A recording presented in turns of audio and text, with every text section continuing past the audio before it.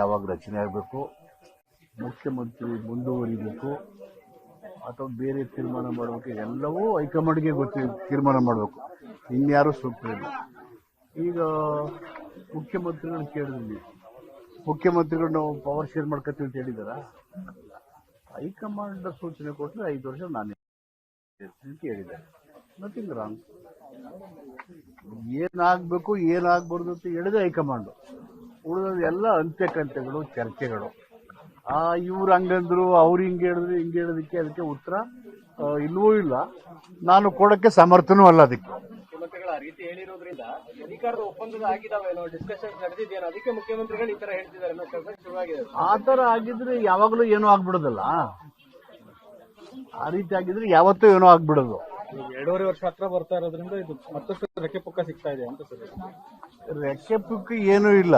ರೆಕ್ಕೆ ಪುಕ್ಕ ಹಾಕಿ ನೋಡ್ತಾ ಇದ್ರೆ ಏನು ಬರ್ತಾ ಇಲ್ಲ, ರೆಕ್ಕೆಗಳು ಇಲ್ಲ, ಪುಕ್ಕನೂ ಇಲ್ಲ. ಬಟ್ ಅದು ಹೈಕಮಾಂಡ್ ಕ್ಲಿಯರ್ ಮಾಡ್ಬೇಕಿಲ್ಲ ಸರ್. 5 ವರ್ಷ ಸಿದ್ದರಾಮಯ್ಯ ದೇ ಆರ್ ಬಿಸಿ ವಿತ್ ಬಿಹಾರ್ ಎಲೆಕ್ಷನ್ ಅಲ್ವಾ?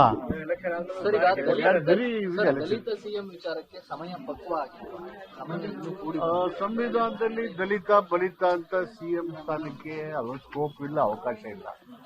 ಯಾರ್ಯಾರು ಸಮರ್ಥರಿದ್ದಾರೆ, ಬಹಳಷ್ಟು ಜನ ಸಮರ್ಥರಿದ್ದಾರೆ ಕಾಂಗ್ರೆಸ್ ಪಾರ್ಟಿನಲ್ಲಿ.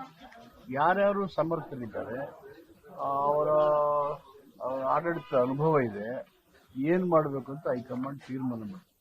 ಸಮುದಾಯ ಸಹಜವಾಗಿ ಥಿಂಕ್ ಮಾಡ್ತಾರೆ. ಎಲ್ಲರೂ ಆದ್ರು ನಾವೆಲ್ಲ ಕಾಂಗ್ರೆಸ್ ಬೆಂಬಲಿಗರು, ಈ ಸಮುದಾಯಕ್ಕೂ ಒಂದು ಅವಕಾಶ ಸಿಗಬೇಕು ಅಂತ ಹೇಳ್ತಾರೆ. ಅದೇನು ತಪ್ಪೇನಿಲ್ಲ. ಹಾಗಂತೇಳಿ ಕಾಂಗ್ರೆಸ್ ದಲಿತರಿಗೆ ಅವಕಾಶ ಕೊಟ್ಟೆ ಬೇರೆ ಬೇರೆಯವ್ರು ಮಾತಾಡ್ತಾರಲ್ಲ. ಈಗ ಬಿಹಾರದಲ್ಲಿ ಸಂಸದರು ದಾಸ್ ಆಗಿದ್ರು, ಜಗನ್ನಾಥ್ ಪಾಂಡ್ಯ ಒರಿಸ್ಸಾದಲ್ಲಾಗಿದ್ರು, ನಮ್ಮ ಸುಶೀಲ್ ಸಿಂಧೆ ಮಹಾರಾಷ್ಟ್ರದಾಗಿದ್ರು, ಮತ್ತು ನಮ್ಮ ಇಲ್ಲಿ ಆಂಧ್ರದಲ್ಲಿ ಸಂಜೀವನ್ ಅವರಾಗಿದ್ರು. ಬಹಳಷ್ಟು ಜನಕ್ಕೆ ಕಾಂಗ್ರೆಸ್ ಪಾರ್ಟಿ ಮುಖ್ಯಮಂತ್ರಿ ಮಾಡಿದೆ. ಸಮಯ ಸನ್ನಿವೇಶಗಳು ನೋಡಿಕೊಂಡು ಕಾಂಗ್ರೆಸ್ ಆ ದೃಷ್ಟಿಕೋನ ಇಟ್ಕೊಂಡಿದ್ದಾರೆ. ರಾಹುಲ್ ಗಾಂಧಿ ಅವರು ಈಸ್ ಕಮಿಟೆಡ್ ಲೀಡರ್ ಕಾಂಗ್ರೆಸ್ ಪಾರ್ಟಿನಲ್ಲಿ. ಖರ್ಗೆ ಅವರ ಅನುಭವ ಎಲ್ಲ ಇದ್ದಾರೆ. ಆ ತರ ಸನ್ನಿವೇಶ ಬಂದಾಗ ಹೈಕಮಾಂಡ್ ಬಿಡ್ತೇವೆ. 2028ಕ್ಕೆ ನಾನು ಸ್ಪರ್ಧೆ ಮಾಡ್ತೀನಿ, ಒತ್ತಡ ಇದೆ, ಸ್ನೇಹಿತರು ಆತ್ಮೀಯರೆಲ್ಲ ಇಲ್ಲಿ ಅಂತ ಹೇಳ್ತಾ ಇದ್ರೆ ಪಕ್ಷಕ್ಕೆ ಅನುಕೂಲ ಅಂತ. ರಾಜಕೀಯಕ್ಕೆ ನಿವೃತ್ತಿ ಅನ್ನೋದಿಲ್ವಲ್ಲ. ಸಾರ್ವಜನಿಕ ಜೀವನದಲ್ಲಿ ಇರೋರು ಕೊನೆ ತನಕನೂ ಜನರ ಪರವಾಗಿ ಕೆಲಸ ಮಾಡಲೇಬೇಕು. ಸಾಕಪ್ಪ ನಾವು ರೆಸ್ಟ್ ಆಗಿರ್ತಿದ್ರೆ ಸಾರ್ವಜನಿಕ ಜೀವನಕ್ಕೆ ಅರ್ಥನೇ ಇಲ್ಲ, ವ್ಯಾಲ್ಯೂನೂ ಇರೋದಿಲ್ಲ. ಸಿದ್ದರಾಮಯ್ಯನವರು ಕಾಂಗ್ರೆಸ್ ಅನಿವಾರ್ಯ ಅಂತ ಯಾರಿಗೂ ಅನಿವಾರ್ಯ ಇಲ್ಲ. ಒಂದು ಮಾತು, ಹೇಗೆ ಯಡಿಯೂರಪ್ಪನವರು ಬಿಜೆಪಿ ಅನಿವಾರ್ಯ ಆಗಿದ್ರು, ಸಿದ್ದರಾಮಯ್ಯ ಕಾಂಗ್ರೆಸ್ ಅನಿವಾರ್ಯ, ಗೆಲ್ಲಬೇಕು, ಚುನಾವಣೆ ಗೆಲ್ಲಬೇಕು. ಪ್ರಜಾಪ್ರಭುತ್ವದ ಆಧಾರ ಸ್ತಂಭಗಳಲ್ಲಿ ಪ್ರಬಲವಾಗಿರೋದು. ಗ್ಯಾರಂಟಿ ನ್ಯೂಸ್, ಸುದ್ದಿ ಖಚಿತ, ನ್ಯಾಯ ನಿಶ್ಚಿತ.